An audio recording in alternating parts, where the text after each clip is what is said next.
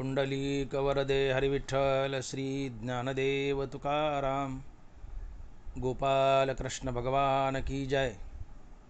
माऊली ज्ञानेश्वर महाराज की जय। जगद्गुरु तुकाराम महाराज की जय।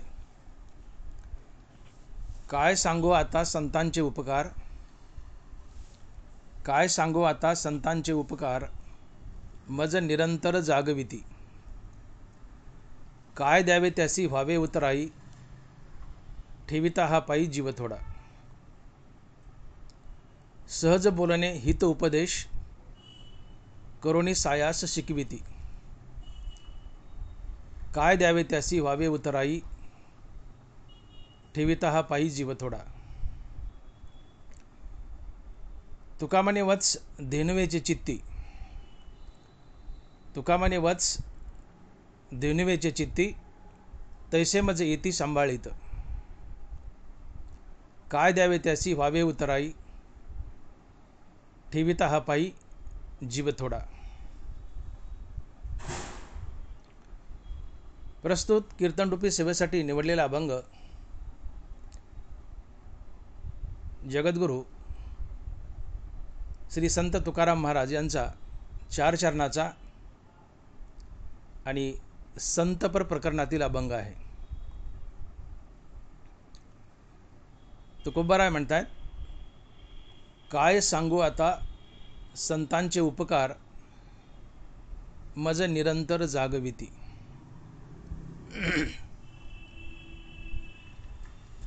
काय सांगू आता संतांचे उपकार। प्रथमतः संत कुणाला म्हणावं, कारण संतांच्या उपकाराबद्दल तुकोबाराय बोलतायत,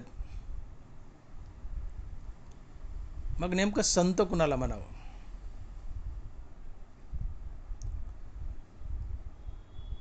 तर ज्याच्याजवळ विवेक वैराग्य आहे, श्रीगुरूच्या कृपेने ज्याला आत्मज्ञान झाले, जो मुक्तीवर भजनयुक्त आहे, ज्यांनी प्रत्यक्षात पांडुरंग पाहिलाय आणि पांडुरंगाने ज्याची चाकरी केली आहे, तो संत असतो। जो ज्ञान गिळून गोविंद गातो, तो संत असतो। जो देवहून देवाचं नाव घेतो, तो संत असतो। जो मुक्तीवर भजनयुक्त असतो, तो संत असतो। एका जनार्दनी भक्त, देव त्यांचा अंकित दास होय। नाथ महाराज ज्याने प्रत्यक्षात पांडुरंग पाहिला आणि पांडुरंगाने ज्याचं दास्यत्व केले, तो संत असतो। आम्ही 4 कीर्तन 4 प्रवचनं केली की स्वतःला कीर्तनकार संत म्हणून घेतात। आम्ही कीर्तनकार संत नसून संत वाङ्मयाचे प्रचारक असतो, आम्ही संत नाही आहेत। नाथ महाराजांना भागवतात संताची एकूण 21 लक्षणं सांगितली आहेत। आता ती लक्षणं सांगायला वेळ नाही, विषयांतर होईल आणि वेळही जाईल। संत हा कवी असतो। संताचे अभंग फुटप्रिंट्स म्हणून पाठीमागे शिल्लक असतात, अवशेष म्हणून शिल्लक असतात। संत म्हणले की त्याचे अभंग आलेच, बिना अभंगाचा संत नसतो, संत हा कवी असतो। असे एकूण 21 लक्षणं संतांची नाथ महाराजांना भागवतात सांगितली आहेत। आपल्याला वेळ नाही, पण थोडक्यात जो विरक्त आहे, ज्याच्याजवळ विवेक वैराग्य आहे, श्रीगुरूच्या कृपेने ज्याला आत्मज्ञान झाले, जो मुक्त आहे, जो मुक्तीवर भजनयुक्त आहे, ज्यांनी प्रत्यक्षात देव पाहिलाय आणि देवानं ज्याचं दास्यत्व केलंय, चाकरी केली, तो संत असतो, इतर कोणीही नाही। अर्थात सोप्या भाषेत बोलायचं झालं तर जो देवहून देवाचं नाव घेतो, तो संत असतो। देवहून देवाचं नाव घेतो, तो संत असतो। आणि अशा संताकडे बोट करून तुकोबाराय म्हणतात, काय सांगू आता संतांचे उपकार मज निरंतर जागविती. संताच्या अनेक लक्षणापैकी संताचे एक प्रमुख लक्षण आहे की प्राणीमात्रावर उपकार करणे. तुका म्हणे आता उरलो उपकारापुरता. जो प्राणीमात्रावर सढळ हाताने उपकार करतो, कुठली अपेक्षा न ठेवता उपकार करतो, तो संत असतो. संत उपकार करणाऱ्यावर तर उपकार करतोच, परंतु संत अपकार करणाऱ्यावर देखील उपकार करतो. हे संतांचं विशेषत्व आहे. उपकार करणारा तर कुणी उपकार करेल हो, पण अपकार करणाऱ्यावर देखील जो उपकार करतो तो खरा संत असतो. आणि म्हणून ज्ञानोबा बोलतायत की वरी फोडावया लागी, लोह मिळे परिसाचे अंगी, ते तर मिळते प्रसंगी सोन्याची होईजे. परिस असा दगडावर मांडलाय आणि एक लोखंडी घन घेतलाय आणि तो लोखंडी घन त्या परिसावर मारलाय आणि त्या परिसाचे तुकडे केलेत त्या लोखंडी घनाने. लोखंडी घनाने परिस फोडलाय, परिसाला अपकार केलाय, परंतु तरी देखील परिस स्वतः फुटत असताना आपल्या स्पर्शाने त्या लोखंडाचं सोनं करतो. याला म्हणतात अपकार करणाऱ्यावर उपकार करणे. परिसानं स्वतःला फोडून घेतलंय लोखंडी घनाकडून, परंतु फुटत असताना परिसानं आपल्या स्पर्शानं त्या अपकार करणाऱ्या घनावर लोखंडावर उपकार केला आणि त्या लोखंडाचं सोनं केलंय. याला म्हणतात अपकार करणाऱ्यावर उपकार करणं, आणि ही संतांची जात असते. तुम्ही संतांना किती अपकार करा, ते तुमच्यावर उपकारच करणार.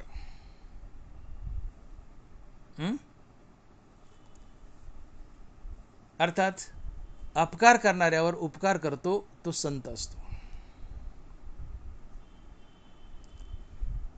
एकदा एक साधू नदीमध्ये स्नान करत होता. बाजूला 4-5 लोक स्नान करत होते. पावसाळ्याचे दिवस होते. नदीला पाण्याचा प्रवाह थोडा बऱ्यापैकी मोठा होता. त्या पाण्याच्या प्रवाहात एक विंचू वाहत आला. तो विंचू त्या साधूनं पाहिला. तो साधू, तो संत त्या विंचूकडे धावला. याला वाचवा म्हणले. त्यांनी वंजळीत पाण्यासहित तो विंचू घेतला आणि नदी काठावर सोडण्यासाठी चालला. तेवढ्यात त्या विंचवानं नांगी मारली आणि त्या साधूच्या हाताचा दाह झाला. तो विंचू हातातून निसटला, पाण्यात पडला, पुन्हा प्रवाहात वाहू लागला. साधू पुन्हा धावला. त्यांनी तो विंचू पुन्हा वंजळीत पाण्यासहित घेतला, पुन्हा नदीच्या काठावर चालला बाहेर काढण्यासाठी. विंचवानं पुन्हा नांगी मारली. विंचू पुन्हा पाण्यात पडला. साधू पुन्हा त्या विंचवाकडे धावला, पुन्हा वंजळीत घेतला. विंचवाने पुन्हा नांगी मारली. पुन्हा विंचू पाण्यात पडला. विंचू पुन्हा नांग्या मारत होता, पाण्यात पडत होता. साधू पुन्हा त्याला वंजळीत घेऊन किनाऱ्यावर सोडण्यासाठी जात होता. साधूच्या अंगाचा दाह झाला, हाताला मुंगे आल्यात, वेदना व्हायल्यात. बाजूला स्नान करणारी जी माणसं होती ती म्हणाली, साधू महाराज तुम्ही काय वेडे आहेत का? तुम्ही त्याला पुन्हा त्या विंचाला वाचायचा प्रयत्न करताय, तो तुम्हाला सारखी नांगी मारतोय, तुमच्या अंगाचा दाह झालाय. अहो जाऊ द्या ना, वाहून मरू द्या ना त्याला, कशाला काढतं त्याला बाहेर? साधू म्हणतो, बाबांनो, चावणं हा विंचवाचा स्वभाव, चावणं हा विंचवाचा स्वभाव, वाचवणं अर्थात उपकार करणं हा माझा स्वभाव. मी जर उपकारच करायचा सोडून दिला तर मी साधू कसला? आणि म्हणून तुकोबाराय बोलतायत की तुका म्हणे आता उरलो उपकारापुरता. तुका म्हणे आता उरलो उपकारापुरता. जगानं अपकार करत राहावं, साधूनं सढळ हाताने त्याच्यावर उपकारच करत राहावं, ही साधूची जात असते. अपकार करणाऱ्यावर उपकार करतो तो संत असतो, साधू असतो. मंबाजी बुवानं तुकोबारायला काठीनं मारले, पण संध्याकाळी तुकोबाराय तेलाची वाटी घेऊन मंबाजीकडे गेले आणि म्हणाले, मंबाजी तुमचे हात दुखले असतील मला मारल्यामुळं, मी तुमचे हात तेलानं चोळून देतो. काय गंमत आहे. तुम्हाला कोणी मारू द्या, काठीने मारू द्या कोणी, संध्याकाळी त्याचे हात चोळायला तेल घेऊन तुम्ही जाताल का? आयुष्यभर तोंड नाही पाहायचं त्याचं, 50 घाणघाण शिवाय देताल किंवा उलटं त्याच ठिकाणी त्याला मारताल. तुकोबारायने ते केलं नाही. उलट तेलाची वाटी घेतली आणि मंबाजीकडे गेले, म्हणले मंबाजी तुमचे हात दुखले असतील मला मारल्यामुळं, मी ते तेलानं चोळून देतो आणि चला आता कीर्तनाला. तुम्ही माझे नंबर 1चे श्रोते आहेत, बसा माझ्या पुढे येऊन. तुम्ही पुढे नसलं तर मला कीर्तन सांगावंसं वाटत नाही. मंबाजी म्हणतो, तुकोबाराय एवढा अपमान करू नये, तुम्हाला काही वाटत नाही का हो? म्हणले मंबाजी काय वाटायसारखं आहे, उलट माझी परीक्षा सफल झाली. म्हणले हे सिद्ध झालं की मी माझा क्रोध जिंकला. तुम्ही मला मारले, मला राग आला नाही, मला क्रोध आला नाही, याचा अर्थ मी क्रोध जिंकलाय. उलट तुमचा उपकार आहे मला मारल्यामुळं. तुम्ही मला अपकार केलाय, हा अपकार तुमच्या नजरेत आहे, पण माझ्या नजरेत तो उपकार आहे. जगाला त्रास देत राहावा, साधून उपकार करत राहावं. मंबाजीने काठीने मारले, तुकोबारायला अपकार केलाय. तुकोबाराय वाटी घेऊन गेले तेलाची आणि त्याच्यावर उपकार केला. ज्ञानोबारायाची माधुकरी मागताना विसोबानं झोळी फाडली, झोळीतलं अन्न जमिनीवर सांडवलं, मातीत मिसळवलं, सिद्धबेटावर राहण्यास भाग पाडलं. या 4 भावंडाचा विसोबानं नाही तो छळ केला, परंतु ज्ञानोबाराय भ्र शब्दानंही आडवे बोलले नाहीत. ज्यावेळेस ज्ञानोबाराच्या पाठीवर मुक्ताबाई मांडे भाजत होत्या, हे दृश्य चोरून विसोबानं खिडकीतून पाहिलं. विसोबाची झाक गेली. विसोबा ज्ञानोबारायला शरण आला आणि पायावर लोळू लागला ज्ञानोबारायाच्या. त्यावेळेस ज्ञानोबारायाने त्या विसोबाला ढकलून दिलं नाही, पोटाशी लावलं, त्याच्या मस्तकावर हात ठेवला आणि त्याला एवढा मोठा संत बनवला की तो विसोबा पुढे नामदेव महाराजाचा गुरु झाला. याला म्हणतात अपकार करणाऱ्यावर उपकार करणे. जगानं अपकार करत राहावं, संतांना त्याच्यावर उपकार करत राहावं, हा संताचा स्वभाव असतो, संताचं प्रमुख लक्षण असते. संत जगतच असतात जगावर उपकार करण्यासाठी. आणि म्हणून तुकोबाराय बोलले की तुका म्हणे आता उरलो उपकारापुरता. जगावर उपकार करणं किंवा अपकार करणाऱ्यावरही उपकार करणं हा साधूचा स्वभाव असतो. जगानं त्रास देत राहावा, जगानं अपकार करत राहावा, साधूने त्यावर उपकारच करत राहावा, ही साधूची जात असते. संत जगावर छोटे मोठे उपकार तर करतोच, परंतु संत जगावर सर्वात मोठा उपकार करतो तो म्हणजे संत जगास किंवा मनुष्यास निरंतर जागवतो. हे तुकोबाराय अभंगाच्या पहिल्या चरणात सांगतायत. आणि महाराज लिहितायत की काय सांगू आता संतांचे उपकार, मज निरंतर जागविती. संत समाजावर एक प्रमुख उपकार करतात. तो कोणता उपकार? तर तुकोबाराय म्हणतात की संत समाजाला निरंतर जागवतात. संत समाजाला निरंतर जागवतात. आता इथे थोडासा विरोधाभास वाटतो. निरंतर जागवणं आणि जागवणं हा उपकार ठरू शकतो का? कोणी शंका घेऊ शकतं की महाराज म्हणतात की संत जगाला निरंतर जागवतात. जागवणं म्हणजे झोप मोडणं, त्याला परेशान करणं, आणि झोप मोडणं हा उपकार ठरू शकतो का? थोडा विरोधाभास वाटतो इथे साधारण मनुष्याच्या दृष्टीने. अहो, एक रात्र जर झोप मिळाली नाही, एखादा ड्रायव्हर आहे, रातभर गाडी चालून आलाय, रात्रभर नाईट केली, गाडी चालून आलाय, आणि दुसऱ्या दिवशी त्याला पुन्हा ड्युटीला जा म्हणलं गाडी चालवायला, ती 50 ॲक्सिडेंट करेल. हो, तो घातक ठरेल समाजाला. एक रात्र जर झोप नसेल माणसाला तर माणसाला दुखणं येतं.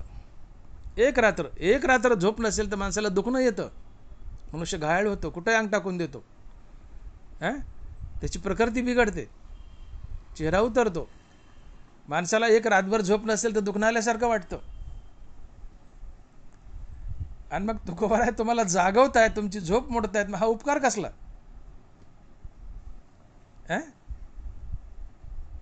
उलट माणसानं झोपू घालावं. आता सुखे निद्रा करा स्वामी गोपाळा, झोपा म्हणाव, वर पांघरून टाकावं, थापटावं, अंगाई गीत गावं, माणसाला झोपी घालावं, पुण्य लागेल. पण झोप मोड केली तर दोष लागेल. हा ठीक आहे, मनुष्य कीर्तनात झोपला तर उठवावं, त्याला कीर्तनात झोपला तर उठवावं, जरूर उठावं. पण नेहमी आपल्या शयन कक्षात झोपला असाल तर त्याची झोप मोडणं हा दोष आहे, त्याला जागवणं हा दोष आहे. आणि मग महाराज कसं म्हणतात की मज जागवी ती निरंतर, आणि मला जागवणं किंवा समाजाला जागवणं हा संताचा उपकार आहे. संत समाजाला निरंतर जागवतात, हा संताचा समाजावर उपकार आहे. इथे थोडासा विरोधाभास वाटतो, परंतु हे लौकिक दृष्ट्या वाटतं, संसारिक दृष्ट्या हा विरोधाभास वाटतो, पारमार्थिक दृष्ट्या नाही आहे. इथं याचा अर्थ असा नाही आहे. काय सांगू आता संतांचे उपकार, मज निरंतर जागविती,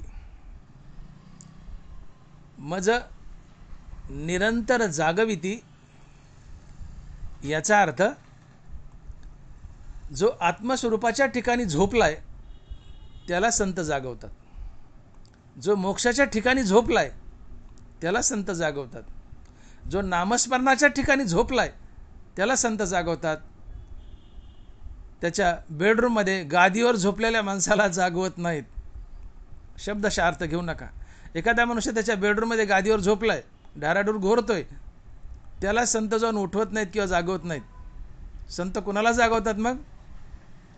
जो आत्मस्वरूपाच्या ठिकाणी झोपलाय, जो मोक्षाच्या ठिकाणी झोपलाय, जो नामस्मरणाच्या ठिकाणी झोपलाय त्याला जागवतात. देखे भूत जात निदेले तेथेची जया पाहले, आणि जीव जेत चेईले ते तर निद्रितो जो. ज्ञानोबा आहे, ज्ञानोबाची ओळ आहे का? जेत भूत जात निदेले तेथेची जया पाहले, आणि जीव जेत चेईले ते तर निद्रितो जो. प्राणी मात्र संसारात जागेत, पण आत्मस्वरूपाच्या ठिकाणी मोक्षाच्या ठिकाणी झोपलेले आहेत. एक महात्मा संसाराच्या ठिकाणी झोपलेला आहे, पण आत्मस्वरूपाच्या ठिकाणी जागा आहे. साधारण जीव आणि महात्मा यात फरक काय? साधारण जीव संसारात जागा आहे, मोक्षाच्या ठिकाणी झोपलाय. महात्मा संसारात झोपलाय आणि मोक्षाच्या ठिकाणी जागा आहे, आत्मस्वरूपाच्या ठिकाणी जागा आहे. मग हे संसारी जीव संसारात जागेत, पण आत्मस्वरूपाच्या ठिकाणी, मोक्षाच्या ठिकाणी, नामस्मरणाच्या ठिकाणी झोपलेत. या जीवांना संत जागे करतात, निरंतर जागवतात. मनुष्य आपलं कर्तव्य विसरलाय. आपलं कर्तव्य विसरणं हीच खरी झोप आहे. मनुष्य जन्माला आलाय तो कशा करता आलाय? ज्ञानोबा बोलले, पाहाय पहा शहराच्या गावा, जया लागी आले पांडवा, तो कार्यार्थ वागवा सांडोनिया. मनुष्याने इथं मनुष्यरूपात येणं केलंय ते एवढ्या करताच की नरदेहाच्या साधने सच्चिदानंद पदवी घेणे. 84 लक्ष योनी फिरल्यानंतर मनुष्यजन्म मिळतो, आणि या मनुष्यजन्मातून भगवंताची प्राप्ती करायची, मुक्ती मिळवायची, एवढ्या करताच मनुष्यजन्म आहे, भोगासाठी नाही. भोगासाठी 84 लक्ष योनी पडल्यात. मनुष्य योनी त्यागासाठी आहे, भगवत प्राप्तीसाठी आहे, मोक्षासाठी आहे, आत्मस्वरूपाच्या ठिकाणी जागा राहण्यासाठी आहे, आत्मस्वरूपात विलीन होण्यासाठी आहे. आणि म्हणून मनुष्य आपलं कर्तव्य विसरलाय. मनुष्याचं कर्तव्य काय? निष्काम कर्म आणि निष्काम हरिनाम यांची सांगड घालून मुक्ती मिळवणे. याला म्हणतात आपल्या हिताच्या ठिकाणी किंवा आत्मस्वरूपाच्या ठिकाणी जागा राहणं. स्वधर्माचं पालन करावं, मुखानं नित्य नाम घ्यावं आणि मोक्षाच्या दिशेने वाटचाल करावी. हे आमचं खरं हित आहे. हा आमचा खरा जागेपणा आहे. हे आमचं खरं कर्तव्य आहे. आणि एवढ्यासाठी आम्ही मृत्यूलोकात आलो आहेत माणूस म्हणून. पण मनुष्य नेमकं हेच विसरला आहे. मनुष्य स्वधर्माचं पालन करत नाही, आपल्या वाटेला आलेलं कर्म करत नाही, मुखानं तोंडानं देवाचं नावही घेत नाही आणि मोक्षाची त्याला आठवणच नाही, पूर्ण विसरला आहे. आणि म्हणून आपलं कर्म देवाची पूजा म्हणून करा आणि त्याला हरिनामाची संगती द्या. तुम्ही मोक्षाच्या दिशेने वाटचाल कराल, मुक्त व्हाल, भगवत स्वरूप व्हाल. हे आमचं हित आहे, खरं हित आहे, हे आमचं कर्तव्य आहे. पण मनुष्य आपल्या कर्तव्याला विसरला आहे. तो स्वधर्माचं पालन करीत नाही नीटनाटकं, देवाची पूजा म्हणून, आणि मुखानं हरिनामही घेत नाही. थोडेफार वगळता मनुष्य आपल्या कर्तव्याला विसरला आहे. माणसाचं मुख्य कर्तव्य आहे निष्काम कर्म आणि निष्काम हरिनाम यांची सांगड घालून भगवंताची प्राप्ती करून घ्यावी, मोक्षाची प्राप्ती करावी. हे प्रमुख कर्तव्य आहे. पण मनुष्य हे कर्तव्य विसरला आहे. आणि जो मनुष्य आपलं कर्तव्य विसरतो तो झोपीच गेलेला असतो, तो झोपलेला असतो. जो आपलं कर्तव्य विसरला आहे तो झोपला आहे. आणि अशा झोपी गेलेल्या माणसाला, अशा कर्तव्य विसरलेल्या माणसाला संत जागे करतात. त्याला जागे करतात. माबाप म्हणतात, बाबा उठ, हो, निष्काम कर्म कर, निष्काम हरिनाम घे आणि भगवंताची प्राप्ती करून घे. अशा आपल्या कर्तव्याला विसरलेल्या लोकाला संत जागे करतात. आणि म्हणून तुकोबाराय म्हणतात की काय सांगू आता संताचे उपकार, मज निरंतर जागविते. जे आत्मस्वरूपाला विसरलेत, अर्थात मोक्षाला विसरलेत, नामाला विसरलेत, स्वकर्माला स्वधर्माला विसरलेत, हे झोपलेले आहेत. आणि अशा झोपलेल्या लोकांना संत जागे करतात आणि सांगतात, निष्काम कर्म करा, निष्काम हरिनाम घ्या, तुम्हाला मुक्ती मिळेल. याला तुकोबाराय म्हणतात की काय सांगू आता संताचे उपकार, मज निरंतर जागविती. खऱ्या दृष्टीनं झोपी जाणं म्हणजे अहंकारात बद्ध होणं, हेच खरं झोपी जाणं आहे. झोप म्हणजे निद्रा. बस ज्ञानोबा काय म्हणतात, अहंकार निद्रा निदसुरा, स्वप्नीचे ओर भरा संतोषे सिने. ज्ञानोबाची उभी आहे का, तो परमात्माची परी दुसरा, अहंकार निद्रा निदसुरा, स्वप्नीचे ओर भरा संतोषे सिने.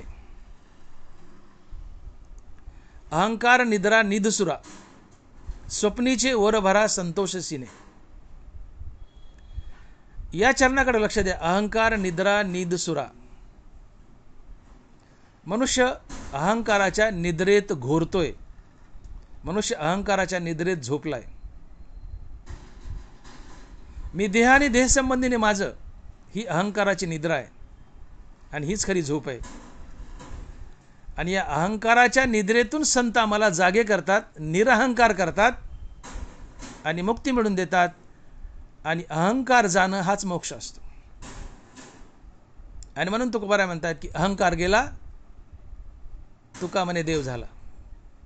अहंकार गेला तुका म्हणे देव झाला. तुकोबाराय.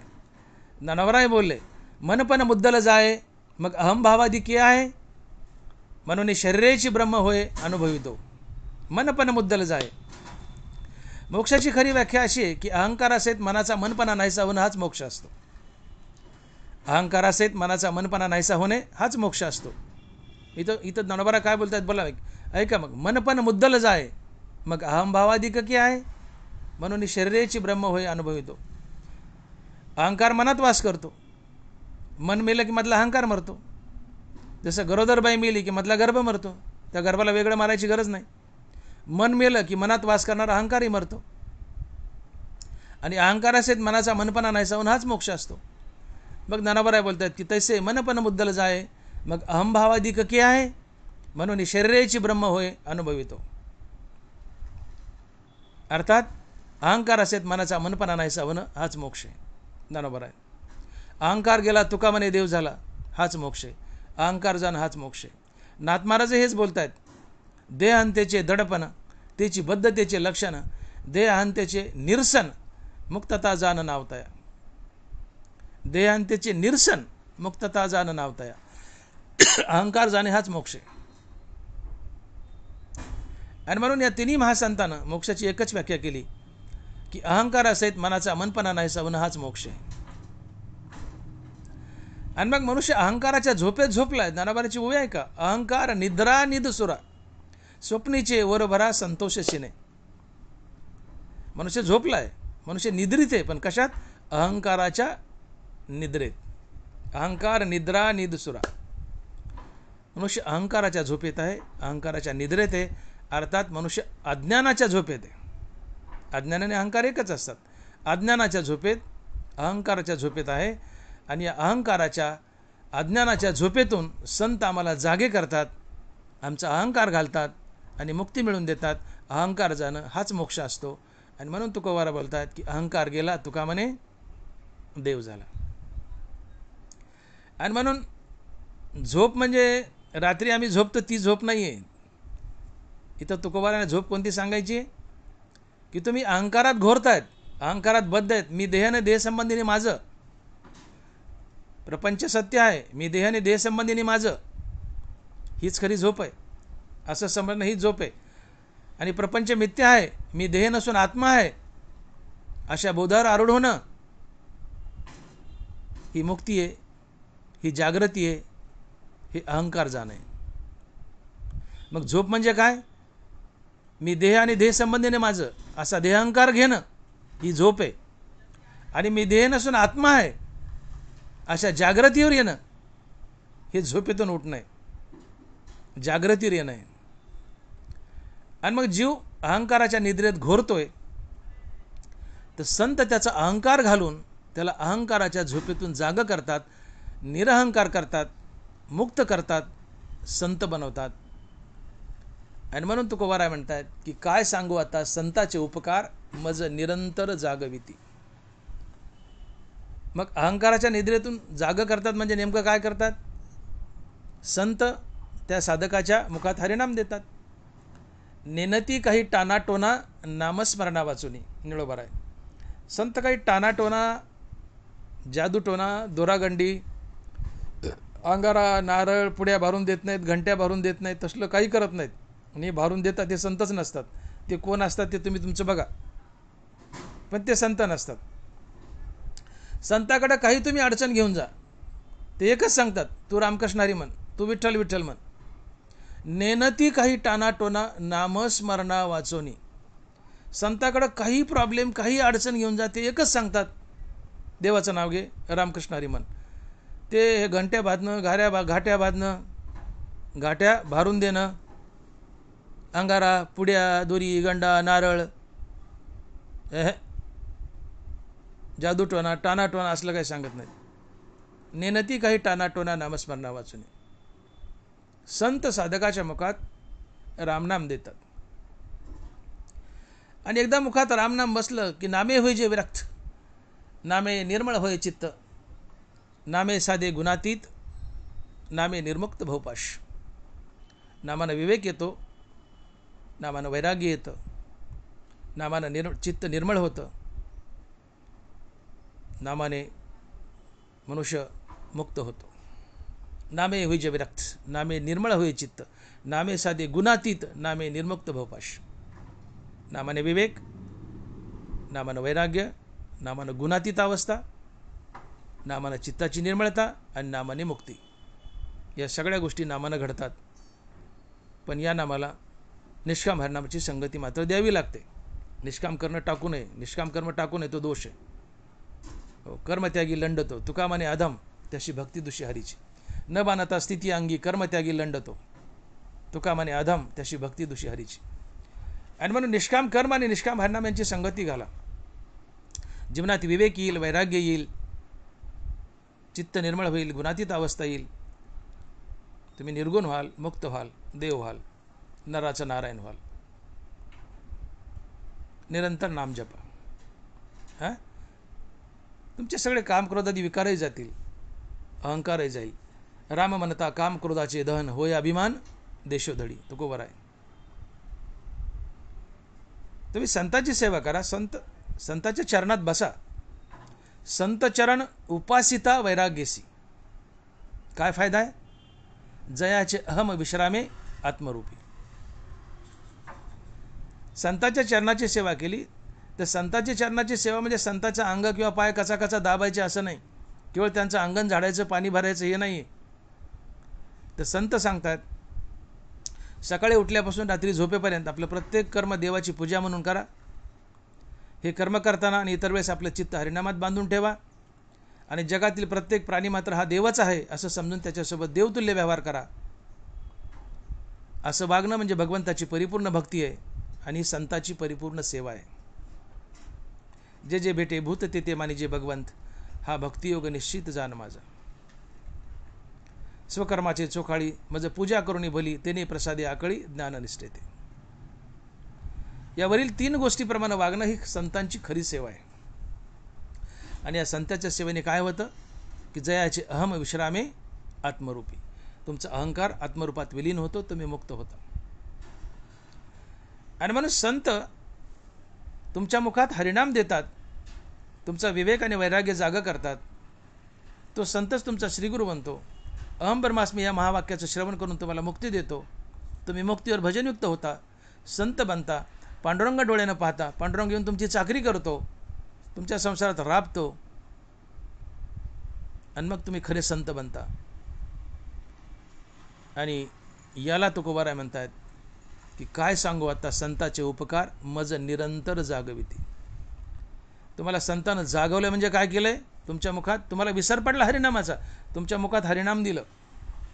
त्या हरिनामामुळं आणि निष्काम कर्मामुळं तुमच्या जीवनात विवेक वैराग्य आलं, श्रीगुरू भेटला, तो संत श्रीगुरू झाला, त्याने आत्मज्ञान दिलं, तुम्ही मुक्तीवर भजनयुक्त झाले, तुम्ही संत बनले.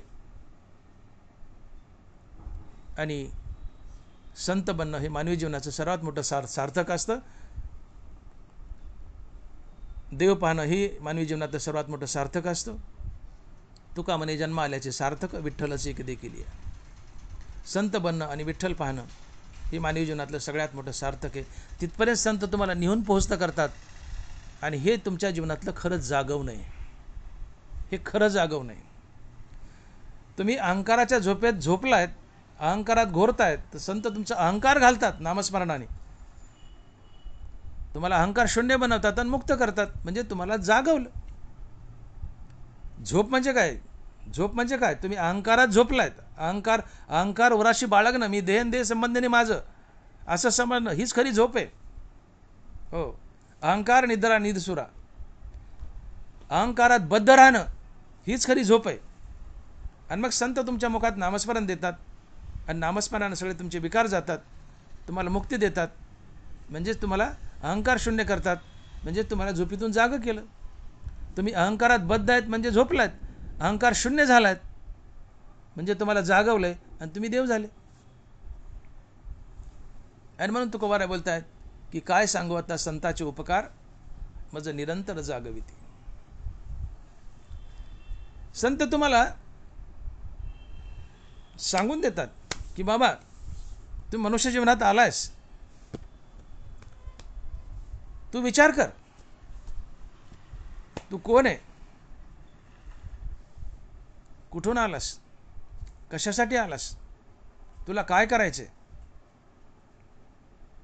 तुझा कायमचा पत्ता काय. विवेकानंदाच्या चरित्रात एक विषय येतो. तुम्ही विचार करा, जीवनाला आलायत, संसार करतायत, मजा करतायत, खातायत पितायत, येणं खाणं पिणं पैसा कमवणं मजा करणं मरून जाणं एवढंच जीवन नाही आहे. याला जीवन म्हणत नाहीत. शहाणा मनुष्य, विवेकी मनुष्य विचार करतो की मी कोण आहे. या जन्माच्या आधी मी नव्हतो, या जन्मानंतर मी नसेल. क्षणभर दिसतोय ढगासारखा आकाशात, आधी ढग नसतात, नंतर नसतात, काही वेळ ढग दिसतात. तसं मी आधी नाही नंतर नाही, काही वेळ दिसतोय. मग मी कोण आहे? आधी नाही पुन्हा नाही, आताच दिसतोय ढगासारखा. मग मी कोण आहे? कुठून आलोय? कशा करता आलोय? मला कुठं जायचं आहे? माझा कायमचा पत्ता काय? याचा संत तुम्हाला विचार करायला होतात. रामकृष्ण परमहंस, विवेकानंदाचे श्रीगुरू रामकृष्ण परमहंस आणि कलकत्त्याची काली माता, दुर्गा माता रोज संध्याकाळी एका ताटात जेवायचे कलकत्त्यामध्ये. ही वार्ता साऱ्या कलकत्त्यात, पश्चिम बंगालमध्ये पसरली. एक धनिक शेठजी रामकृष्ण परमहंसाकडे आला आणि म्हणाला, महाराज, मी असं ऐकलंय, कालीमाता मूर्तीतून बाहेर येते आणि तुमच्या ताटात जेवते, हे खरं आहे का? परमहंस म्हणाले, खरं आहे. मग शेठजी म्हणतो, महाराज एक काम करा ना, एक दिवस तिला माझ्या घरी पाठवा जेवायला. महाराज म्हणले, पाठवतो, तुझा पत्ता सांग. शेठजी म्हणला, सुभाष रोड, माळीवेस, बीड. आता मी बीडचा आहे, म्हणून मी बीडचा पत्ता सांगतो, मला काय माहिती तिकडचा पत्ता कलकत्त्याचा. सुभाष रोड, माळीवेस, बीड. महाराज म्हणाले, हा तुझ्या घरचा पत्ता आहे. मग ते म्हणतो, Shri oil mill, MIDC, Beed. अरे म्हणले, तुझ्या कारखान्याचा पत्ता आहे, तुझा पत्ता सांग. शेठजी म्हणला, आता माझा पत्ता काटला, मला ह्याच्यापुढे माझा पत्ता नाही, एवढाच माझा पत्ता आहे. रामकृष्ण परमहंस म्हणतात, शेठजी जा, घरी जा, आणि ज्या दिवशी तुम्हाला तुमचा पत्ता माहीत होईल, ज्या दिवशी तुम्हाला तुमचा स्वतःचा पत्ता माहीत होईल, त्या दिवशी भवानी माता स्वतःहून तुमच्या घरी येईल आणि तुमच्या ताटात जेवेल. तिथं माझ्या वसिल्याची गरज पडणार नाही. फक्त तुम्ही तुमचा पत्ता माहीत करून घ्या. भवानी माता स्वतःहून येईल, कायमचा स्वतःचा पत्ता.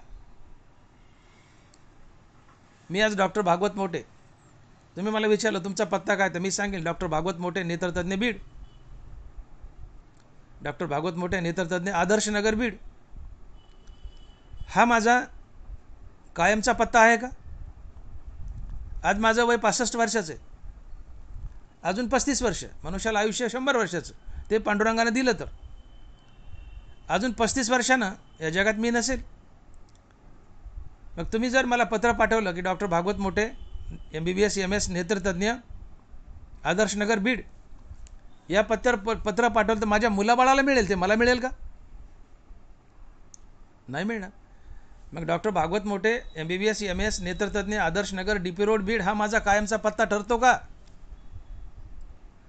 मग माझा काहीतरी वेगळा पत्ता आहे की ज्या पत्त्यावर तुम्ही मला कधीही पत्र पाठवलं तर ते मिळावं. आणि तो माझा कायमचा पत्ता आहे, विश्वव्यापी आत्मस्वरूप वासुदेव श्रीकृष्ण. विश्वव्यापी आत्मस्वरूप वासुदेव श्रीकृष्ण हा माझा कायमचा पत्ता आहे. तुम्ही कधी पत्र पाठवा, तिथं मला मिळेल. आत्मस्वरूप हा आमचा कायमचा पत्ता आहे. त्या पत्त्यावर प्रत्येकाला उतरायचं आहे. आणि आत्मस्वरूपाचा पत्ता गाठता नाही आला तर तुम्हाला स्मशानाच्या पत्त्यावर उतरावं लागतं. स्मशानाच्या, लक्षात घ्या. सकाळची वेळ एक साधू उन्हाला बसलाय, शाल पांघरलाय, बाजूला एक 4-5 लोक भक्तगण बसलेत आणि अध्यात्माची चर्चा चालली. तेवढ्यात एक चोर पळत आला आणि त्या चोराने त्या साधूच्या अंगावरची शाल ओढली आणि पळत गेला, पळू लागला. साधू उठला आणि त्या चोराच्या मागे पळू लागला. पण गंमत कशी झाली की चोर ज्या दिशेने पळाला त्या दिशेला होतं गाव, आणि साधू पळत होता त्या दिशेला होतं स्मशान. लोक म्हणाले, साधू महाराज, चोर गावाकडे पळालाय, तुम्ही उलट स्मशानाकडे चाललात, अशाने चोर कसा गाठायचा? साधू म्हणाला, बाबा, तो तरणा ताटा आहे, मी म्हातारा आहे, मी त्याला पळून गाठू शकत नाही, त्याला किती पळायचे पळू दे. मी स्मशानाकडे चाललो आहे, उलट्या दिशेला चाललो आहे, मला कळतं आहे, पण मी त्याच्या कायमच्या पत्त्यावर चाललो आहे की जिथं त्याला कधी ना कधी यावंच लागेल. योगा असा की ते चोर 8 दिवसांनी मेलं. दृष्टांतातला चोर लवकर मरतो, ते चोर 8 दिवसात मेला. त्याच बाजूला बसलेल्या माणसाने त्याची ताटकी बांधली, ती महाराजाची शाल अंगावर टाकली आणि नेलं स्मशानात, टेकवलं ते प्रेत. साधू बसलेलाच होता स्मशानात. साधू उठला, पटकन आपली शाल ओढली आणि त्या लोकांना म्हणला, बघा मी माझी शाल वसूल केली का नाही? तुम्हाला म्हटलं होतं ना मी, तो तरणा ताट आहे, त्याच्या मागं कुठं पळत बसू? मी अशा ठिकाणी जाऊन बसतो त्याच्या कायमच्या पत्त्यावर की जिथं त्याला कधी ना कधी यावंच लागेल. तो आला का नाही कायमच्या पत्त्यावर? आणि त्या चोराचा कायमचा पत्ता होता स्मशान. तुमचा आमचाही कायमचा पत्ता स्मशान आहे. जर आत्मस्वरूपाचा पत्ता गाठला नाही तर आमचे 2च पत्ते ठरतात, एक आत्मस्वरूपाचा पत्ता आणि हा आत्मस्वरूपाचा पत्ता गाठला नाही तर दुसरा पत्ता ठरतो स्मशान. शेवटी एकटेची जाऊनी स्मशानी राहावे, समयासी सादर व्हावे. एकटेची जाऊनी स्मशानी राहावे. आत्मस्वरूपाचा पत्ता गाठला नाही तर आमचा पत्ता ठरतो स्मशान. मग स्मशानात जायचंय अर्थात मसनवाट्यात जायचंय, मसनवाट्यात जायचंय का आत्मस्वरूपाच्या पत्त्यावर जायचं, ज्याचं त्यांनी ठरवावं. आणि मग साधू आम्हाला जागा करतो की बाबा तुला मसनवाट्यात जायचं नाही, तुला स्मशानाच्या पत्त्यावर जायचं नाही, तुला आत्मस्वरूपाच्या पत्त्यावर जायचंय. आणि साधू आम्हाला, संत आम्हाला आत्मस्वरूपाच्या पत्त्यावर नेऊन पोहोचत करतात. याला म्हणतात मज निरंतर जागविती. मज निरंतर जागविती. काय सांगू आता संताचे उपकार, मज निरंतर जागविती. आम्ही अहंकारात घोरतोय. अहंकार निद्रा निधसुरा, स्वप्नीचे वरभरा संतोषेचे ने ज्ञानोबा आहे. आम्ही अहंकारात बद्ध आहेत. मी देहने देहसंबंधीने माझं, जगात सत्य आहे. मी देह आहे, देहसंबंधीने माझं, हा अहंकार आहे. आम्ही उराशी बाळगला, अहंकारात आम्ही बद्ध आहेत. आणि संत आमच्या मुखात हरिनाम देऊन हा आमचा अहंकार घालवतात, आम्हाला निरहंकार करतात, मुक्त करतात. यालाच म्हणतात जाग करणं. अहंकाराच्या झोपेतून आम्हाला जाग केले आणि मुक्त केले. याला म्हणायचं मज निरंतर जागविती. काय सांगू आता संताचे उपकार, मज निरंतर जागविती. आणि म्हणून संत आम्हाला जागवतात. ते साधं सुद्धा जागवत नाहीत, निरंतर जागवतात. हा शब्द तुकोबाराच्या लक्षात घ्या. निरंतर जागवतात. या निरंतर शब्दाला फार किंमत आहे. नामस्मरण नित्य असावं. नित्य नामस्मरण हेच खरं जागवणं आहे. नामस्मरण हंगामी नसावं. उठताना गुडघा दुखला तरच विठ्ठल असं नको. तुम्हाला संत निरंतर जागवतात. तर नित्य नामस्मरण, नित्य नामस्मरण हेच निरंतर जागवणं आहे. आम्ही मुखानं नाम घेत नाहीत याचा अर्थ आम्ही झोपेत आहेत. आणि आम्हाला नित्य नाम घ्यायला लावणं हे झोपेतून जागं करणं आहे. कारण या नामानंच आम्हाला उद्या मोक्ष मिळणार आहे. आणि म्हणून नाम हे नित्य असावं. नित्य नामस्मरण हेच निरंतर जागवणं आहे. नाम नित्य असावं. नित्य सत्य अमित हरिपाठ ज्यासी, हो लावी मना पिसे गोविंदाची. गोविंद गोविंद मना लागली या छंद, रिकामा अर्धगडी राहू नको. हेच नित्य नाम आहे. नाम नित्य असावं, सतत असावं. नित्य सत्य अमित हरिपाठ ज्यासी, सदा नाम घोष करू हरिकथा. नाम नित्य असावं. नाम नित्य का असावं याचं एक कारण आहे. ज्ञानोबा म्हणतायत की सत्वाचेनी अंग लगे, श्रद्धा मोक्ष फळ हरिगे. ते तर रजतम उगे कापा राहती. विपाय वाढे सत्वशुद्ध, तरी ते ज्ञानाशी करी साध. येरा दोघे ओखद ये राहायती. या दोन वयातून ज्ञानोबा असं सांगतायत की तुम्ही जर नित्य नामस्मरण घेतलं तर तुमचा सत्वगुण उफाळून येतो. आणि हा सत्वगुण तुम्हाला मोक्षाच्या दिशेने नेतो. विपाय वाढे सत्वशुद्ध, तरी विपाय वाढे सत्वशुद्ध, तरी ज्ञानाशी करी साध. तुम्ही नित्य नामस्मरण घेतलं तर नित्य नामस्मरणानं तुमचा सत्वगुण जागा होतो. रज आणि तमगुण दबतात. आणि हा सत्वगुण ज्ञानाला हाक मारतो, मोक्षाला हाक मारतो आणि तुम्हाला मुक्ती मिळवून देतो. कधी नित्य नाम घेतायत, नित्य नाम घेतायत तेव्हा सत्वगुण उफाळून वर येतो, रज आणि तमगुण दबतो आणि हा सत्वगुण ज्ञानाला मोक्षाला हाक मारतो तुम्हाला मुक्ती मिळवून देतो. पण तुमचं नाम थांबलं की सत्वगुण खाली दबतो आणि रज आणि तम पेटून उठतात. तुमच्याकडून पाप करून घेतात, विकार करून घेतात आणि तुमचं पतन करतात. म्हणून नाम नित्य हवंय. विपाये वाढे सत्वशुद्ध, तेव्हा ज्ञानाशी करी साध. येरा दोघे ओखद येरा आहेत. एका टोपल्यात जर खेकडे टाकले, एक 25-25 खेकड्या टाका एका टोपल्यात, त्यातला एखादा खेकडा जर वर निघायला लागला त्या टोपल्यातून, तो बाकीचा खेकडा नागिनी त्याला खाली ओढतो, त्याला बाहेर निघू देत नाही. तसं जोपर्यंत नामस्मरण आहे तोपर्यंत सत्वगुण वर येतो त्या खेकड्यासारखा.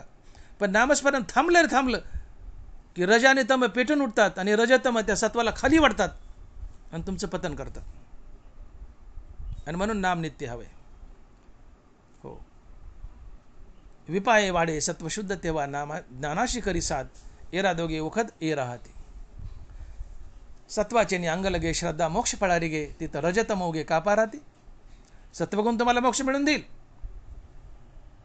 पण सत्वगुण तेव्हाच मोक्ष मिळून देईल जेव्हा नित्य नाम आहे. कारण नित्य नामाने नित्य सत्वगुण उफाळून येतो. नाम थांबलं की रजतम पेटतात आणि सत्वाला खाली दाबतात, तुमच्याकडून पाप करून घेतात, तुमचं पतन करतात, तुमचा मोक्ष दुरावतो. म्हणून नाम नित्य हवंय. आणि म्हणून नित्य नाम हेच निरंतर जागवणं आहे. संत तुम्हाला नामस्मरण नित्य घ्या म्हणतात.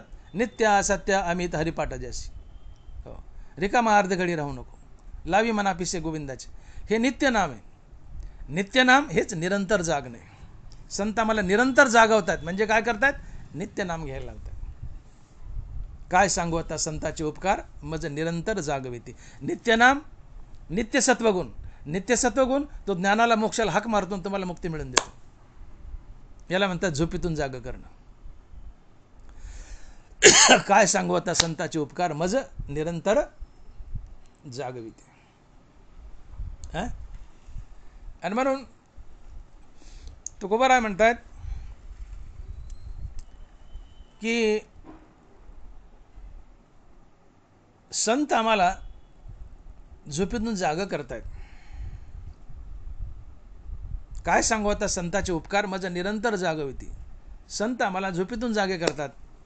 ही दैनंदिन जीवनातली झोप नसून जो आत्मस्वरूपाच्या ठिकाणी झोपलाय, अर्थात जो मोक्षाच्या ठिकाणी झोपलाय, नामस्मरणाच्या ठिकाणी झोपलाय, आशाला संत जाग करतात.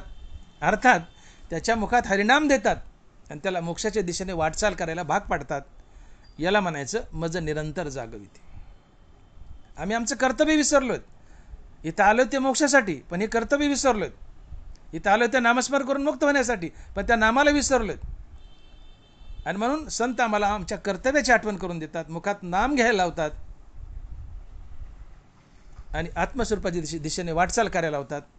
याला म्हणतात झोपेतून जाग करणं मज निरंतर जागविती. आणि मग या जगामध्ये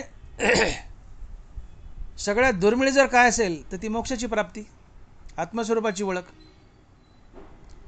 या जगात काही मिळेल पण मोक्ष मिळणार नाही. मोक्ष अति दुर्मिळ आहे. अति दुर्मिळ आहे. तुम्हाला काही मिळेल पण मोक्ष मिळणार नाही. याचा अर्थ तो कधीच मिळणार नाही असा भाग नाही, पण अति दुर्मिळ आहे. मोक्ष अति दुर्मिळ आहे. या विश्वात सगळ्यात दुर्मिळ काय असेल तर तो मोक्ष आहे. काही मिळेल पण मोक्ष सहज मिळणार नाही. पण निष्काम कर्मा निष्काम हरिनाम यांची संगती घातली तर तो बागुलबन आहे. बरोबरच बोलले. ते सात्विक मती जया निर्वाहती होय धनंजया, बागुल न होतोया सायुज्यतो. बरोबर बोलतायत. सात्विक मती जया निर्वाहती होय धनंजया, बागुल न होतोया सायुज्यतो. अरे मोक्ष काय बागुलबन नाही म्हणले. तुमच्यात फक्त सात्विक मती असावी. नित्य हरिनामाने सात्विक मती जागी होती. नित्य हरिनामाने सत्वगुण जागा होतो आणि हा सत्वगुण ज्ञानाला आणि मोक्षाला साध घालतो, आवाज देतो आणि तुम्हाला मुक्त करतो. नाम नित्य हवंय. म्हणून मोक्ष हा बागुलबा आहे बी नाम नाही घेतलं तर, आणि मोक्ष हा बागुलबा नाही आहे नाम घेतलं तर. नरबरची होय का. सात्विक मती जया निर्वाहती होय धनंजया, बागुल न होतोया सायुज्यतो. निष्काम कर्माने निष्काम हरिनाम टाकलं तर मोक्ष सर्वात दुर्मिळ आहे. पण निष्काम हरिनाम आणि निष्काम कर्माची संगती घातली तर मोक्ष बागुल नाही म्हणले, अतिशय सोपा आहे म्हणले. आणि मग संत हेच करतायत की तुम्हाला हरिनाम घ्यायला लावतात, निष्काम कर्म करायला लावतात आणि मोक्ष दिशेने वाटचाल करायला लावतात. तुम्हाला मुक्ती मिळवून देतात, आत्मस्वरूपाची ओळख घालून देतात. यालाच म्हणतात झोपेतून जाग करणं. तुमचा अहंकार घालवतात, यालाच म्हणतात झोपेतून जाग करणं. पण ज्यांनी आत्मस्वरूपाकडे पाठ फिरवली, मोक्षाकडे पाठ फिरवली, ज्यांनी नामस्मरणाकडे पाठ फिरवली, त्यांच्यासाठी मोक्ष अति दुर्मिळ आहे. अति दुर्मिळ आहे. आणि मग असा अति दुर्मिळ मोक्ष संताच्या कृपेशिवाय प्राप्त होत नाही. फक्त संतच मोक्ष देऊ शकतात, इतर दुसरं कोणी नाही. PhD झालेला मनुष्यच इतराला PhD देऊ शकतो.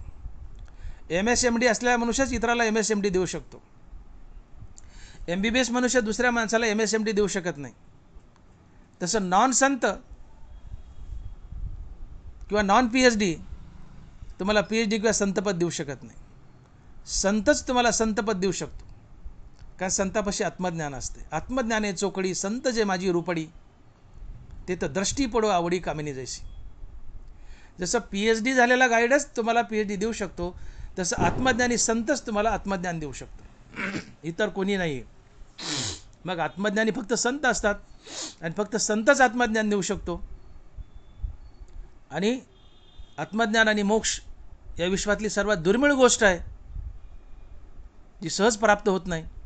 मग अशी दुर्मिळ गोष्ट मोक्षासारखी आम्हाला संत प्राप्त करून देतात.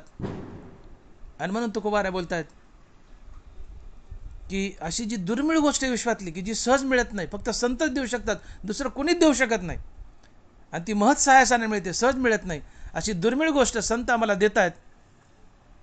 मग या संताचे आमच्यावर किती उपकार आहेत. आणि संताचे उपकार मी माझ्या तोंडानं काय वर्णू म्हणले, आता काय सांगू आता संताचे उपकार, किंवा काय वानू आता न पुरे ही वाणी, मस्तक चरणी ठेवी तसे. माझी वाणी कमी पडायली म्हणले. अहो साधं 10-5 रुपये दिले, 10-20 हजार दिले, एखादा लाख 2 लाख दिले, हे मिळणाऱ्या गोष्टीत कुणी देऊ शकते. हां, त्याचं वर्णन करता येईल. पण विश्वातली सर्वात दुर्मिळ गोष्ट मोक्ष फक्त संतच देऊ शकतात,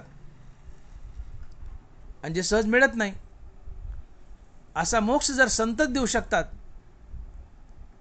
तर त्या संताचे आमच्यावर किती उपकार आहेत, हे मी माझ्या वाणीनं कसं वर्णू, हे मी कसं सांगू की संताचा आमच्यावर किती उपकार आहे. मला शब्द कमी पडत आहेत, माझी वाणी कुंठित होते. हां, माझ्या वाणीची सीमा संपली. आणि म्हणून महाराज म्हणतात, काय सांगू आता संताचे उपकार. कसं सांगू बाबा, काय सांगू, जे सांगताच येत नाही ते कसं सांगू. तुम्हाला कोणी म्हणलं आकाशाची उंची मोजता येईल, नाही मोजता येत, नाही सांगता येत. तुम्हाला म्हणलं समुद्राची खोली मोजा, नाही सांगता येत.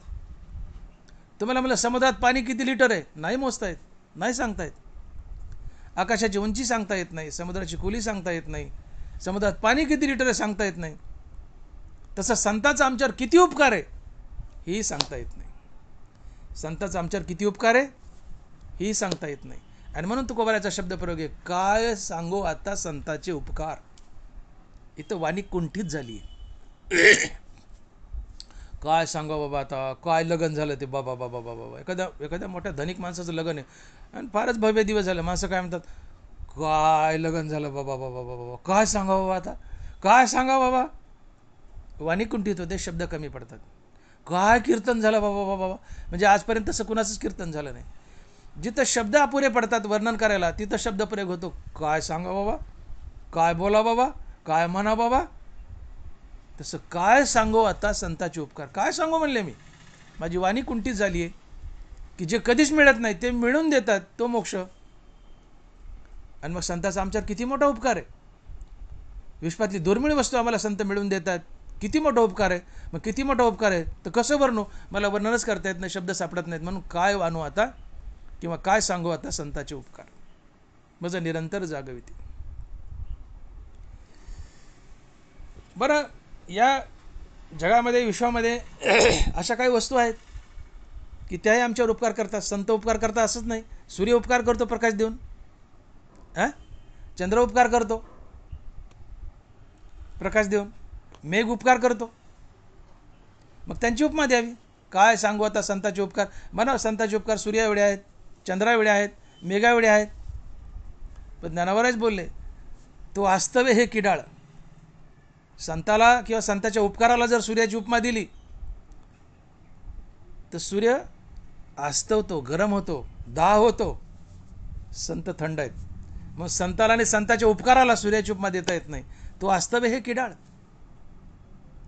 हां, चंद्राची उपमा द्यावी तर चंद्र संपूर्ण एखाद्या वेळ हे सदा पुरते. चंद्र एखाद्या वेळ म्हणजे फक्त पौर्णिमेला आहे, बाकी अमावस्याला नाहीच आहे. कलेकलेने संपतो, अमावस्याला तर संपूनच जातो. हां, मेघ ओसरे, तोही उपमेसे न पुरे. पाऊस येतो, ओसरून जातो, थांबून जातो. म्हणून संताच्या उपकाराला किंवा संताला, संत किंवा संताच्या उपकाराला मेघाची, चंद्राची, सूर्याची उपमा देता येत नाही, ते अपुरे पडतात. संत परिपूर्ण आहेत, संत परिपूर्ण आहेत, हे परिपूर्ण. आणि मग संताच्या उपकाराला उपमाच देता येत नाही, उपमाच देता येत नाही, कशाचीच उपमा देता येत नाही. आणि म्हणून तुकोबाराची वाणी कुंठित झाली. आणि तुकोबारा म्हणतात, काय सांगू आता संताचे उपकार, माझं निरंतर जागविते. मी संताचे उपकार शब्दात सांगू शकत नाहीत.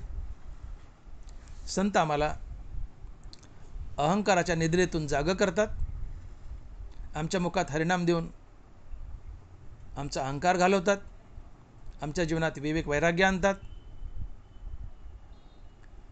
स्वतः श्री गुरु बनून संत आम्हाला आत्मज्ञान देऊन मुक्त करतात, मुक्तीवर भजनयुक्त बनवतात. हे जगात संताशिवाय दुसरं कोणी करू शकत नाही, फक्त संतच करू शकतो. म्हणून जगाच्या कल्याणात संताच्या विभूती, देह कष्टविधी, परोपकारे संत सोडणे दुसरं कोणी करू शकत नाही, फक्त संतच करू शकतात. आणि दुर्मिळ असा मोक्ष फक्त संतच मिळवून देऊ शकतात. आणि म्हणून संताचा या मनुष्य जातीवर तुम्हा आम्हावर एवढा मोठा उपकार आहे की तो शब्दात मांडता येत नाही, तिथं वाणी कमी पडते. आणि म्हणून तुकोबराय बोलतात की काय सांगू आता संताचे उपकार, मज निरंतर जागविती, मज निरंतर जागविती. संत आम्हाला नामस्मरणाच्या मोक्षाच्या ठिकाणी निरंतर जागवतात, आम्हाला मोक्ष मिळवून देतात. हा संताचा आमच्यावर असलेला सर्वात मोठा उपकार आहे. संताच्या ऋणातून उतराई होण्यासाठी आम्ही आमचा जीव जरी संताच्या पायावर ठेवला तरी आम्ही संताच्या ऋणातून उतराई होऊ शकत नाहीत. हे तुकोबाराय अभंगाच्या दुसऱ्या चरणात सांगतायत. आणि महाराज म्हणतायत, काय द्यावे त्यासी व्हावे उतराई, ठेविता हा पायी जीव थोडा. काय द्यावे त्यासी व्हावे उतराई, ठेविता हा पायी जीव थोडा. मग संत आमच्यावर एवढा मोठा उपकार करतायत की तो उपकार आम्हाला शब्दात मांडताच येत नाही. तर हा संताचा उपकार आम्ही कसा फेडावा, त्यांच्या उपकारातून आम्ही उतराई कसं व्हावं, त्यांच्या ऋणातून कसं उतराई व्हावं. आपण म्हणतो ना एखादं बोलताना की त्या माणसाचा माझ्यावर एवढा उपकार आहे की माझ्या कातड्याचे जोडे शिवले, त्या माणसाला तरी त्याचा उपकार फेटायचा नाही. पण आम्ही आमच्या कातड्याचे जोडे जरी शिवले संताला तरी संताचा उपकार फेटणार नाही. साधारण लौकिक जीवनात कोणी पैसातला दिला तर आपल्या कातड्याचे जोडे शिवले त्याचा उपकार फेटू शकतो, पण परमार्थिक जीवनात आपल्या कातड्याचे जोडे जरी शिवले, संताच्या पायात घातले, तरी आपण संताचा उपकार फेडू शकत नाही. आणि मग तुकोबाराय शब्द प्रयोग करतात की काय द्यावे त्यासी व्हावे उतराई, ठेविता हा पायी जीव थोडा. संतांनी आम्हाला अहंकाराच्या निद्रेतून जागवलंय आणि मोक्ष मिळवून दिलाय, आम्हाला मुक्त केलंय. हा संताचा आमच्यावर डोंगराएवढा उपकार आहे. आणि या उपकारातून आम्ही कशानंच उतराई होऊ शकत नाहीत. आणि मग उतराई तर व्हायचे आहेत, तर मग एकच गोष्ट करावं लागेल, आमचा जीव संतावरून वळवून टाकू किंवा त्यांच्या चरणावर ठेवू. तरीसुद्धा ऋणातून उतराई होणार नाहीत, पण थोडंफार होता आलं तर येईल. ऋणातून उतराई तर होताच येत नाही संताच्या, पण थोडंफार होता आलं तर आलं. आणि म्हणून महाराज म्हणतात, काय द्यावे त्यासी व्हावे उतराई, ठेविता हा पायी जीव थोडा. आणि म्हणून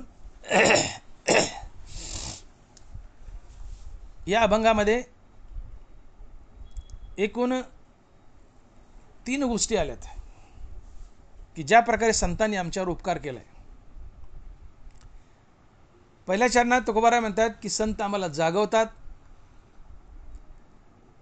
तिसऱ्या चरणात म्हणतात की संत आम्हाला शिकवतायत. आणि चौथ्या चरणात म्हणतात संत आम्हाला सांभाळतायत.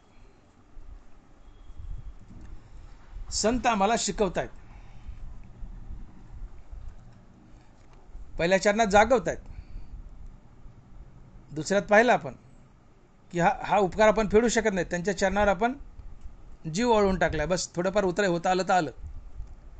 अभंगाच्या तिसऱ्या चरणात तुकोबाराय म्हणतात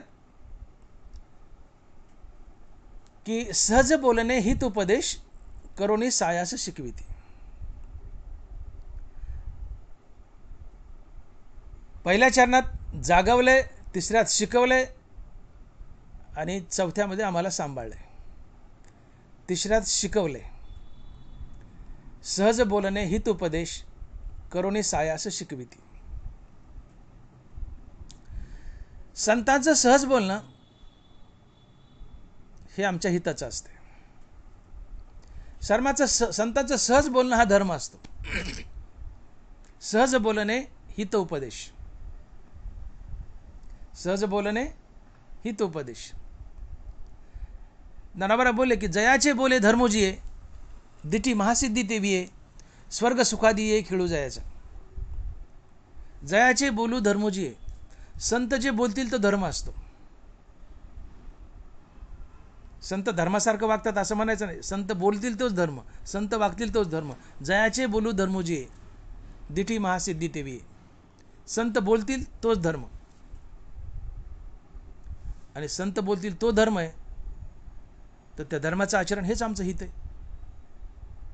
आणि म्हणून संत आमच्याशी जे जे बोलतील तो धर्मच असतो, ते आम्ही ग्रहण करणं हे आमचं हित असते, आणि तो आमच्यासाठी उपदेश असतो. आणि सायासानं आम्हाला हे शिकवत असतात. आता बघा तुम्ही, कीर्तनकार हे संत नाहीत, पण संत वाङ्मयाचे प्रचारक तरी आहेत. आणि म्हणून ज्यांनी जो कीर्तन कार्य, प्रवचन कार्य आपल्या मुखात नित्य भगवंताचं नाम धारण केलंय, नित्य नाम घेत असेल, तर तो सुद्धा एक छोटा मोठा संतच असतो, जरी त्याला आत्मज्ञान झालेलं नसेल तरी. नरवरा बोलतायत, नरवराची साक्ष देत आहेत. तुझे नामाची कोणी एके वेळे, जयाचे मुखाशी का काना मिळे, तयाच्या हृदया सांडूनी पळे भेदची साच. उभे आहे का? तुझे नामाची कोणी एके वेळे, जयाचे मुखाशी का काना मिळे, तयाच्या हृदया सांडूनी पळे भेदची साच. देवा, तुझं नाम एकदा जर जिभेवर फिट झालं, तर त्याच्या हृदयाला भेद अर्थात द्वैत केव्हाच सोडून गेलं असतं. आणि द्वैत जाणं हाच मोक्ष असतो. द्वैत गेलं म्हणजे तो साधक अद्वैतात गेला. तुम्ही नित्य नाम घेत असाल तर तुम्ही अद्वैतातच जगत असतात. सर्व काळ नामचिंतन मानसी, समाधान मानसी समाधी हे तुकोबर आहे. चालता बोलता न मोडे समाधी निळोबर आहे. सर्व काळ नामचिंतन मानसी, समाधान मानसी समाधी हे. तुम्ही सातत्याने नाम घेत असाल, सर्व काळ नाम घेत असाल, तुम्ही समाधी अवस्थेत जगतात. समाधी हा मोक्ष असतो. चालता बोलता न मोडे समाधी. तात्पर्य जो नित्य नाम घेतो त्याला आत्मज्ञान झालं नाही, तो संतपदाला गेला नाही, तो कीर्तनकार आहे, प्रवचनकार आहे, पण नित्य नामधारक आहे, तो एक संतच असतो. तुझे नामाची कोणी एक वेळे, जयाचे मुखाशी का काना मिळे, तयाच्या हृदया सांडोनी पळे भेदची साच. तुझं नाव तोंडात फिट झालं की देवा, त्या साधकाच्या हृदयाला भेद केव्हाच सोडून गेला असतो, तो त्याला द्वैत सोडून जातो, तो अद्वैतात जगतो. आणि अद्वैतात जाणं हा संतपद असतं. आत्मज्ञान व्हायचं तेव्हा होईल. आणि मग असे कीर्तनकार, असे प्रवचनकार तुम्हाला सायासानं कीर्तनातून, प्रवचनातून मार्गदर्शन करतात, तुम्हाला जागवतात. कीर्तनकार जागवतातच. कीर्तन म्हणजे काय? जागवणंच आहे. आत्मज्ञानाच्या गोष्टी केल्या, मोक्षाच्या गोष्टी केल्या म्हणजे तुम्हाला जागवलेच.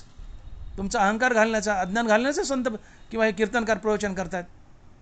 खरे कीर्तनकार असतील तर, खरे कीर्तनकार असतील तर, गप्पा छप्पा विनोद चावट गोष्टी नको, पण खरे कीर्तनकार असतील तर, चिंतन देणारे कीर्तनकार असतील तर ते तुम्हाला जागवतातच, सायास करतात. कीर्तन करायला फार अभ्यास करावा लागतो, कष्ट पडतात. गीता ज्ञानेश्वरी पाठ करावी लागते, गाथा पाठ करावी लागते, चिंतन मनन करावं लागतं, तेव्हा बोलता येतं. आलतू फालतू कीर्तनात जोक मारायला काय लागतं? तिथं कोणी येईल, तमासगिरी येऊन बोलतील. पण कीर्तनाची जी परंपरा आत्मराजांनी सांगितली, ज्ञानाविरहित इतर गोष्टी न कराव्या, असं कीर्तन करायला सायास लागतं. आणि मग तुकोबा इथं बोलतात की सहज बोलणे हित उपदेश करोनी सायास शिकविती. तुम्हाला सायासानंच शिकवतात. कीर्तन करायला कमालीचा अभ्यास करावा लागतो, फार कष्ट पडतात. पाठांतर, चिंतन, मनन सारखं घोकत राहावं लागतं. थोडा गॅप पडला की विसरून जात. नाथ महाराजाचे जावई थोडे रुसले आणि नाथ महाराजची कन्या आमच्या भगिनी गोदावरी, नाथ महाराजच्या मुलीचं नाव गोदावरी होतं. गोदावरीला थोडा त्रास देऊ लागले नाथ महाराजचे जावई. गोदावरी नाथ महाराजची मुलगी, आणि त्या गोदावरीचा नवरा गोदावरीला त्रास देऊ लागला. बरेच दिवस लोटले. गोदावरीने यावं नाथ महाराजाकडे तक्रार करावी की बाबा बाबा मला मालक त्रास देतोय, मालक त्रास देतोय. एक दिवशी नाथ महाराजांना जावयाला बोलून घेतलं पैठणला, आणि जावयापुढे विनंती केली, हात जोडले, म्हणले जावई बापू माझं एक ऐकताल का? जावई म्हणले सांगा ना काय ऐकायचं. म्हणले एकच काम करा, रोज 25 ज्ञानेश्वरीच्या वह्या वाचायच्या आणि माझ्या गोदावरीला समजून सांगायच्या. ते जावई म्हणले सांगतो त्यात काय अवघड आहे?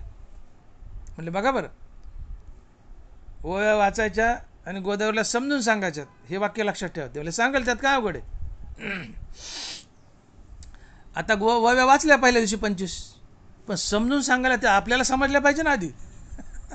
त्या जावयाने वह्या वाचल्या, वाचून मोकळं होणं वेगळं, पण त्या समजून सांगायच्या म्हणजे त्या ओव्याच्या खोलात शिरावं लागेल, त्याचा अर्थबोध आपल्याला करून घ्यावा लागेल, तेव्हा गोदावरीला सांगता येईल.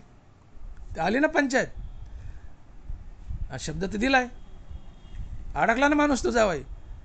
त्याला नावेलाजन रोज 25 वय वाचून त्या 25 वयाचा अर्थ शोधून काढून आकलन करून आधी आपण मगअप करून डायजेस्ट करून मग गोदावरीला सांगू लागला. असं बरेच दिवस लोटले. ज्ञानेश्वरी वाचून समजून घेऊन इतराला सांगितलं होतं, ज्ञानेश्वरीमय होईल ना, धनावरीची कृपा होईल आणि तो ज्ञानेश्वरीमय होईल. अहो ते गोदावरीचा मालक संत झाला ना, गोदावरीला त्रास द्यायचा बंद झाला. याला म्हणतात करुणी सायास शिकवित. हां, सहज बोलणे हितोपदेश करुणी सायास शिकवित. संत सायास करून शिकवतात. हे कीर्तनकार प्रवचनकार नित्य नामधारक असतील आणि देवासाठी कीर्तन करत असतील तर ते संतच आहेत, छोटे मोठे आत्मज्ञान होण्याच्या आधी. आणि मग या सायासात, या कीर्तनात प्रवचनात खूप सायास असते, कष्ट असते, ते सायासानं तुम्हाला शिकवत असतात. हां, आणि म्हणून हे ज्या 3 गोष्टी आपण बोललो की माझं जागविती, माझं शिकविती आणि शेवटचे सांभाळीती, हे अभंगाच्या शेवटच्या चरणात, 4थ्या चरणात तुकोबाराय बोलतात. तुका म्हणे वत्स धेनू याचे चित्ती तैसे माझे येती सांभाळीत. तुका म्हणे वत्स धेनू याचे चित्ती तैसे माझे येती सांभाळीत. संत तुम्हाला अहंकाराच्या निद्रेतून जाग करतात, जाग करून तुम्हाला शिकवतात, म्हणजे तुमच्या मुखात हरिनाम देऊन मोक्षाच्या दिशेने पाठवतात. तुम्हाला जाग केलं, शिकवलं आणि शेवटी तुम्हाला सांभाळतात. हे सगळं करत असताना तुम्हाला काय अडचण येईल, भागली या माझं भातील कडे. हो, तुम्ही नामस्मरण करतायत, मोक्षाच्या दिशेने चाललाय, साधक आहेत, हे करत असताना तुम्हाला कष्ट पडतीलच. तर संत तुम्हाला आलिंगन देतात, प्रेमानं पाठीवून हात फिरवतात, गळ्याला लावतात, तुमचा शिन घालवतात, कष्ट घालवतात, तुम्हाला सांभाळतात, कडेवर घेतात, अर्थात आपलंच समजतात, आपल्या गळ्याला लावतात, तुमचा शिन घालवतात आणि तुमच्या मागं पुढं उभा राहतात. जसा देव मागे पुढं उभा असतो, जसा देव मागे पुढं उभा असतो, आली आघात निवाराया, तसे संत तुमच्या मागे पुढे उभे राहतात आणि तुम्हाला सांभाळतात. जसं गाय डोंगराला गेली, गाय डोंगराला चरायला गेली, पण तिचं लक्ष कुठं असतं, गोठ्यातल्या वासरापाशी. तसं साधक कुठेही गेला तर त्या महात्म्याचं, संताचं लक्ष आपल्या साधकापाशी असतं. त्या साधकाला तो आपला मुलगा समजतो, साधकाला संत महात्मा आपला मुलगा समजतो, अवलादीसारखं त्याच्यावर प्रेम करतो. आणि मग जसं गाईचं डोंगराला चरायला गेली तरी गाईचं चित्त आपल्या वासरावर असतं, तसं साधक कुठे गेला तर त्या महात्म्याचं, संताचं, साधूचं चित्त आपल्या साधकापाशी असतं. त्याला अडीअडचणी वाचवतात, त्याला सांभाळतात आणि त्याला मोक्ष मिळवून देतात. आणि म्हणून महाराज म्हणतात की तुका म्हणे वत्स धेनवेचे चित्ती तैसे माझे येती सांभाळीत. विठोबा रखुमाई, जय जय विठोबाय रखुमाई, जय जय विठोबाय रखुमाई, जय जय विठोबाय रखुमाई, विठोबाय रखुमाई. यथामती आपण अभंगाचा भावार्थ पाहिलाय. तुकोबाराय म्हणतात, काय सांगू आता संताचे उपकार, मज निरंतर जागविती, काय द्यावे त्याशी व्हावे उतराई, ठेविता हा पायी जीव थोडा, सहज बोलणे हितोपदेश करुणी सायास शिकविती, काय द्यावे त्याशी व्हावे उतराई, ठेविता हा पायी जीव थोडा. तुका म्हणे वत्स धेनवेचे चित्ती तैसे माझे येती सांभाळीत, काय द्यावे त्याशी व्हावे उतराई, ठेविता हा पायी जीव थोडा. तात्पर्य, मनुष्य, अखिल मानवजात आत्मस्वरूपाच्या ठिकाणी झोपली आहे, मोक्षाच्या ठिकाणी झोपली आहे, नामस्मरणाच्या ठिकाणी झोपली आहे, विहित कर्माच्या ठिकाणी झोपली आहे, स्वधर्माच्या ठिकाणी झोपली आहे. या मानवजातीला, या मनुष्याला संत या झोपीतून जागा करतात आणि त्याच्या कर्तव्याची त्याला आठवण करून देतात. मनुष्य कुठं झोपलाय, आत्मस्वरूपाच्या ठिकाणी झोपलाय, नामस्मरणाच्या ठिकाणी झोपलाय, मोक्षाच्या ठिकाणी झोपलाय, स्वधर्माच्या ठिकाणी झोपलाय. तर या ज्या झोपीत मनुष्य घोरतो, या झोपीतून संत त्याला जाग करतात, ना की लौकिक गादीवर झोपलेल्या झोपीतून. ती झोप नाही, ही आत्मस्वरूपाची झोप. माणसानं आत्मस्वरूपाकडे पाठ फिरवली, नामस्मरणाकडे पाठ फिरवली आहे, मोक्षाकडे पाठ फिरवली आहे, स्वकर्माकडे, स्वधर्माकडे पाठ फिरवली, ही एक झोपच आहे. कर्तव्याकडे पाठ फिरवली, ही झोपच आहे. माणसाचं कर्तव्य काय आहे, निष्काम कर्म आणि निष्काम हरनाम याची सांगड घेऊन मोक्षाची प्राप्ती करून घेणं, हे माणसाचं कर्तव्य आहे. पण परंतु मनुष्य हे कर्तव्य विसरलं आहे आणि आपलं कर्तव्य विसरणं ही झोप आहे. आणि या झोपेतून संत तुम्हाला जागे करतात. आणि म्हणून जो आत्मस्वरूपाच्या ठिकाणी झोपलाय, मोक्षासाठी झोपलाय, नामस्मरणाच्या ठिकाणी झोपलाय, स्वधर्माच्या ठिकाणी झोपलाय, या झोपेतून संत तुम्हाला जागं करतात, तुम्हाला मुखानं नाम घ्यायला लावतात आणि मोक्ष मिळवून देतात. याला म्हणतात मज निरंतर जागविती. मनुष्य अहंकाराच्या झोपेत झोपलाय. अहंकार निद्रा निदसुरा स्वप्नीचे वरभरा संतोषीचे नाही. खरी झोप तर अहंकाराची. मनुष्य अहंकाराच्या निद्रेत झोपलाय. मी देहाने देहसंबंधीने माझं म्हणायलाय. अहंकारात मनुष्य स्वतःबद्ध झालाय. घेऊन या छंद छंद माझे, घेऊन या छंद माझे माझे, मुक्त होता परी बळे झाला बद्ध, घेऊन या छंद माझे माझे. तुकोबर आहे. माणसाला छंद घेतला की मी माझं मी माझं मी माझं, हा अहंकार आहे. आणि अहंकाराच्या निद्रेत मनुष्य झोपतोय. आणि अहंकाराच्या निद्रेतून संत तुम्हाला जागं करतात. कसं करतात? तर संत तुम्हाला हरिनाम घ्यायला लावतात. हरिनामानं विवेक आणि वैराग्य येतं. श्रीगुरूची भेट होते. श्रीगुरू आत्मज्ञान देतो, तुम्हाला मुक्ती देतो, मुक्तीवर भजनयुक्त बनवतो, संत बनवतो. आणि या सगळ्या प्रक्रियेला म्हणतात तुम्हाला झोपेतून जागं करणं. संत तुमच्या मुखात हरिनाम देऊन तुम्हाला संत पदापर्यंत पोहोचतात. या सगळ्याला म्हणायचं झोपेतून जागवणं. कारण इथं अहंकार गेलाय. मनुष्य कुठं झोपलाय? अहंकाराच्या निद्रेत झोपलाय. आणि मग हरिनामानं अहंकार गेला. अहंकार गेला, तुका म्हणे देव झाला. अहंकारात बद्ध असणं ही झोप आहे. आणि संत तुमच्या मुखात हरिनाम देऊन तुमचा अहंकार घालवतात आणि तुम्हाला संत बनवतात. म्हणजे तुम्हाला झोपेतून जागं केलं. आणि म्हणून तुकोबारा म्हणतात की काय सांगू आता संताचे उपकार, मज निरंतर जागविती.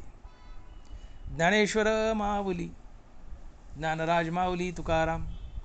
ज्ञानेश्वर माऊली, ज्ञानराज माऊली तुकाराम. विठ्ठल जय जय विठ्ठल, जय विठ्ठल जय जय विठ्ठल. बोलिलेले कुरे वेडी वाकुडी उत्तरे, करा क्षमा अपराध महाराज तुम्ही सिद्ध. नाही विचारीला अधिकार मी आपुला, करा क्षमा अपराध महाराज तुम्ही सिद्ध. तुका म्हणे ज्ञानेश्वरा राखा पाया पै किंकरा, करा क्षमा अपराध महाराज तुम्ही सिद्ध. झालेली सेवा पांडुरंगाच्या आणि तुकोबरायाच्या चरणी अर्पण करून सेवेला पूर्णविराम. ज्ञानदेव तुकाराम, ज्ञानदेव तुकाराम. तुकाराम तुकाराम तुकाराम तुकाराम तुकाराम तुकाराम.